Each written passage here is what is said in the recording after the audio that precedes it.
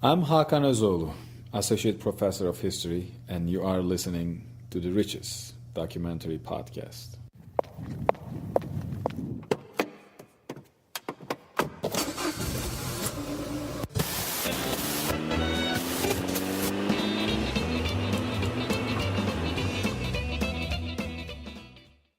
Welcome to the RICHES Documentary Podcast. RICHES, the regional initiative for collecting the histories, experiences, and stories of Central Florida, is an umbrella program housing interdisciplinary public history projects that bring together different departments at the University of Central Florida with profit and non-profit sectors of the community in order to promote the collection and preservation of region's history. By facilitating research that records and presents the stories of communities, businesses, and institutions in Central Florida, RICHES seeks to provide the region with a deeper sense of its heritage. This series will feature a podcast every 2 weeks, in the middle and at the end of each month, that will explore various aspects of Central Florida history. In today's episode, Hontoon Island State Park, King Hasbrook speaks with 2 archaeologists and 2 park rangers about what the archaeology at the park tells us about the society and culture on the island in the last 7,000 years. Hi, I'm Kim Hasbrook. Welcome to this podcast about the history of Hontoon Island State Park. Long before Hontoon Island State Park became a state-owned area for recreation, it was a home to Native Americans, a pioneer homestead, an orange packing plant, and a boatworks. This podcast will focus on the rich archaeological assets of what is now Hontoon Island State Park. Of course, the island also has an interesting recent history, and the podcast will look at that as well. Most people probably think of Egypt or King Tut's tomb when archaeology is mentioned, but the United States has some rich archaeological sites of its own. This may bring to mind the Native American mounds in the Midwest and Mississippi. Florida also has mounds, including some very significant examples along the St. Johns River. Mounds are a very important part of the landscape at Hontoon Island. To learn more about U.S. and more specifically Florida archaeology, I spoke with George Long. Mr. Long is an instructor in the anthropology department at the University of Central Florida who specializes in archaeology. Native American mounds in Florida yield many treasures for archaeologists. Mr. Long explains the basics of Florida mounds. The 3 main types would be conical burial mounds. These would be earth mounds, which have burials in them. There are also earth mounds that are ceremonial mounds, which are normally flat top with ramps leading up to them. These are rare, found more in the northern part of the state. And then there are what archaeologists would call midden mounds that consist of refuge. These are most often in Florida shell mounds, where you've had people living by the saltwater lagoons or the freshwater rivers, dropping the shellfish underfoot until they pile up and become very substantial. There's a variety of other variations. Some of the middens, of course, are very small, scattered, called sheet midden. Some are large, big as a house. In southwest Florida, you have large shell middens, but some of the midden material, the shell refuge, has been reshaped into ceremonial mounds and causeways. Down in South Florida near Lake Okeechobee, for instance, there are some interesting earthworks there where you have lineal ditches and embankments and circular patterns also, which are either for drainage or some argument about it or for ceremonial uses. For those who may be wondering exactly what a midden is, U.S. Park Service Ranger Craig Morris from the Timucuan Preserve in Jacksonville offered a great layman's definition. The Timucuan Preserve is home to one of the more famous archaeological finds from a midden near Hontoon Island, the Hontoon Island Owl Totem. Midden is a fancy word for garbage site, but middens aren't just garbage dumps. They're extremely valuable. These shell deposits, these garbage sites, when you go through them, you go through the evidence of the people who were living at the time. Much like if somebody were to go into a landfill, they could learn things about our cultures. Mr. Long also compared Florida's mounds and middens to those in other parts of the country and discussed who built the mounds and when they built them. In general, the archaeology in Florida, the artifacts, the mounds, they all fit into a bigger picture. The burial mounds, for instance, that you find in Florida very often show obvious connections with perhaps the Hope Whaling or tradition throughout the eastern United States or most of the eastern United States. some of the what we call flat-top temple mounds in the Tallahassee area particularly. I'm thinking there's a very famous site there called Lake Jackson. They have flat-top, what we call Mississippian mounds there. And these obviously stem from influences from the Midwest, the Mississippi area. The general patterns that you find in the mounds, as you go from no mounds to maybe burial mounds and then more complex burial mounds and eventually very large ceremonial mounds, follow trends that are spread out through the whole eastern United States. So they are related. Mounds have been intensively studied ever since the 1800s in Florida and other areas. And there's established a chronology, mainly looking at the artifacts, pottery, for instance. We recognize different styles of pottery decoration and the way it's made, and have pretty well defined particular chronological or archaeological periods in Florida. So most of the mounds have been dated according to the archaeological period, so there's no problem there. And the differences are great as you go from one archaeological period to another, or cultural period. At one point we had, during what we call the Paleo-Indian period in Florida, you would have essentially no burial mounds, and probably not any large amount of what we call midden mounds. During the Archaic period, you had, well, for instance, at Wendover, a very important site in Titusville, you had burials that were submerged in a pond. During the next period, which we, in this area of Florida anyway, the St. John's, one, for instance, you would have some burial mounds. And then towards the historic periods, in some places, sometimes you would have the Mississippi-influenced temple mounds. So they vary by period, and they also vary by location. And this might also have to do with cultural influences. The cultural influences, for instance, of the late prehistoric peoples, the Mississippian culture, we'll say, did not reach, say, to the further southern tip of Florida. It would seem to have more influence in the northern areas. And then, of course, there's the material also that's available that's going to have an influence. So the archaeologists know a lot about the periods that are involved. To see how Hontoon Island's mounds and middens fit into both Florida and U.S. archaeology, I spoke with Professor Kenneth Sassaman, the Hyatt and C.C. Brown Professor of Archaeology in the Department of Anthropology at the University of Florida. Professor Sassaman has participated in 5 summer field schools in the Middle St. Johns River area, with quite a bit of that time spent at Hontoon Island. There's 2 basic kinds of mounds in the region. There's the linear ridges that quite often have a little bit of a curvature to them. So we call them, crescent-shaped or semicircular. The one at the south end of Hontoon is about 120 meters. So those are the oldest. Those are the ones that date between 7,000 and 5,500 years ago. Now, the other major form is much larger and later in time. And that's the big U-shaped constructions or accumulations that can be as large as a small football stadium. So the one that we know best is actually on the southwest end of Lake George to the north of Hontoon Island, the largest shell deposit of all of northeast Florida, 300 meters long, a couple hundred meters wide, 8 to 9 meters tall, and in a U-shaped configuration that you could describe as an amphitheater. The north end of Hontoon Island has a deposit that rivals that one in size. What we know about their dating is limited, but what we think we know about these things is that as we see them in the modern era as big U-shaped constructions, roughly about 4,000 years ago, coincident with the introduction of the very first pottery in the region. And we believe that known as orange fiber timber pottery, we believe that type of pottery originates from the coast.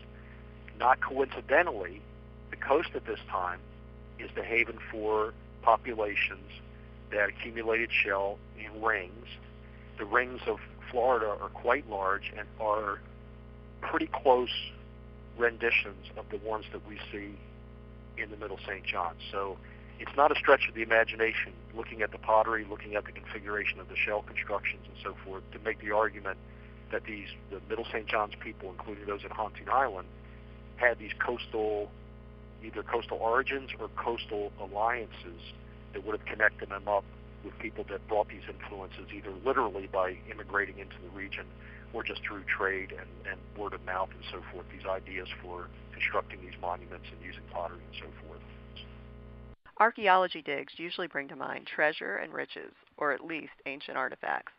The actual finds may not sound so exciting to the rest of us, but archaeologists can learn a great deal from simple, everyday items or even the materials layered to form the mounds. And our work at Hontoon has involved a lot of things, but probably our most significant work has been at that smaller mound at the south end of the island, because our work has shown that it actually is one of the oldest monuments constructed in North America.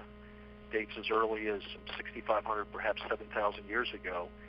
And we found out recently through radiocarbon dating of the samples we retrieved over the years that it actually went up quite quickly, perhaps in as little as 2 or 3 generations, 7,000 to 6,000 years ago.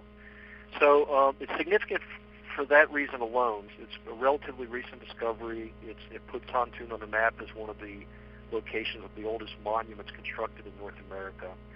And it adds greater time depth than we've ever seen at the island before. Up until this point, I think that the assumption was that most of the mounds, certainly the one at the north end of the island and perhaps even the one at the south, was interpreted as being a relatively late construction. If you go to Hontoon today, they still have a sign that indicates that the mounds and the sites on the island were left there by ancestors of the Timucua. And that's something that we could debate. It's not clear that there's a direct connection with those historic people, but clearly when you push the archaeology back 6,000 or 7,000 years, those direct lines fade away, and we're looking at a much greater record of diversity in cultural identities, and clearly Hontoon has much of that, much more than we've ever expected.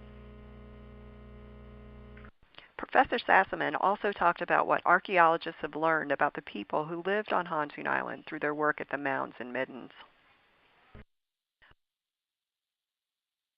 We have evidence of more or less continuous occupation of Hontoon Island until European contact. But I say more or less because we do not have sufficient evidence to suggest that there weren't long periods of abandonment of the island. We do know between about 7,000 and I'd say 5,500, there was fairly intensive activity on the island. We also know that between about 4,500 years ago and about 3,800 years ago, there was another very intensive period of activity. And then thereafter, it gets to be more cryptic because much of the evidence of later prehistory was carted away when the largest shell mound at the north end of the island was mined for, aggregate that was used for the roads and other constructions in Volusia County. So it's been truncated, but we do know from limited campsites on the island and from anecdotal evidence that there was a very intensive occupation that would have dated to about 2,500 years ago, maybe to 2,000, and then ultimately the work that Barbara Purdy did back in the 1980s in the lagoon just to the northeast of the big shell mound, right to the east of the island itself in Lake Beardsford, has an archaeological deposit that's very late, the couple of centuries right before European occupation, and it does continue into the European era and seems to have ended sometime perhaps in the 17th, perhaps the late 16th century. Professor Sassaman mentioned damage to the mounds from mining. I asked him about that damage as well as other dangers to the mounds. People can have a tremendous impact on the mounds and the historical records that can be found there. The commercial mining that started in earnest in the earlier part of the last century has all but eliminated the above-ground components of shell mounds in northeast Florida. There's actually very few of them left that are unmolested. So it destroyed those records. I mean, and that is really, it's a frightful thing, and it is really disheartening. But I'm an optimist, and I've always been an optimist about what you can extract from sites that have been badly impacted. So going to these sites, what we found out pretty quickly was, the mining removed all the above-ground shell. That's what they were after. But as soon as they hit either the water table or, in the case of many of these mounds, they hit a layer of concreted shell that's actually cemented together like concrete. And once they hit either the water or the concreted shell, they stopped. Well, they actually stopped well before they hit the bottom. The reason why they hit the water now is because water levels are higher than they were when the sites were initiated as deposits of shell. So there could be as much as a meter and a half, in some cases maybe even over 2 meters of shell that had accumulated before water levels came up to the point where the mining operation couldn't penetrate any further. So that again is something that preserves the basal part of these mounds. So the bottom line is truly the bottom part of these mounds is still intact, and that's actually of great interest to us because our questions have been primarily what are the conditions and circumstances under which this early shell mounding occurred. So we're interested in the origins issues, and that's still preserved there. It's tough to excavate if you're below the water table or underneath this concreted stuff. It takes a lot of patience and good technology to do it, but it is doable, and so we've been able to do a little of that. Now, aside from that, mining operations often left, they would leave, as they did at the north end of Hontoon Island, little perimeter berms of shell that still mark essentially the outer limits of the shell deposit. I don't know why they did that. It may have been in some cases required by, I don't think required by law, but it may have been required by the sensibilities of the landowners that they not level it completely, and it may have been also a matter of hydraulic engineering that if they took it all out, they were creating conditions that would have back-flooded the areas that they were trying to mine. So they left these up essentially as like levees. So what we've been doing, we did this at Hontoon, we've done it at other places as well. We take advantage of these mining escarpments by cleaning the faces of them off straight and then recording the profiles and then going down below that into the substrate until we hit the water or the concreted stuff ourselves. So there's actually a lot of potential just in looking at the cuts that were left behind by the mining. And occasionally I've got to remind myself that had some of these sites not been mined, there wouldn't be exposures available to take a look at today. But it's the ethic of modern archaeology not to dig unless you have to.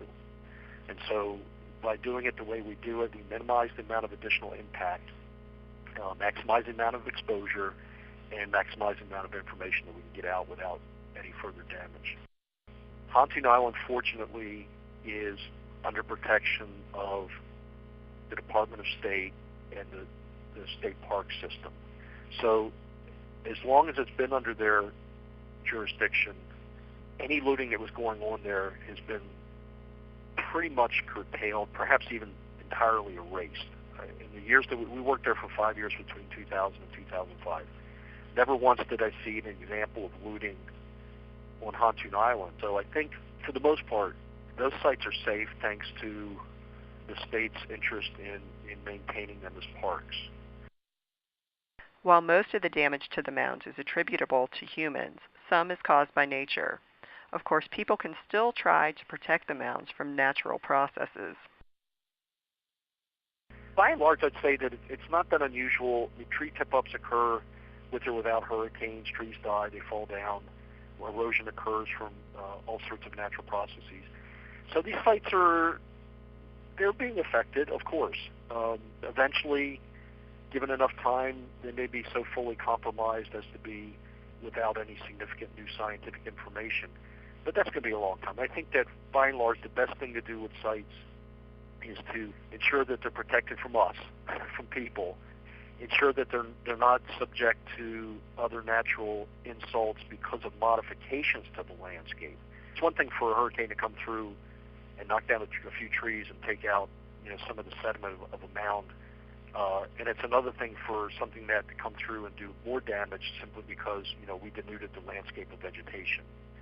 So, again, the state parks does a great job of being, good stewards of the land. They don't clear vegetation unless absolutely necessary.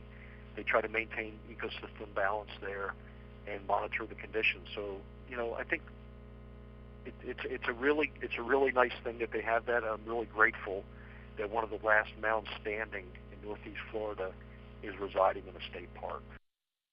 There's a comparatively recent history on the island as well.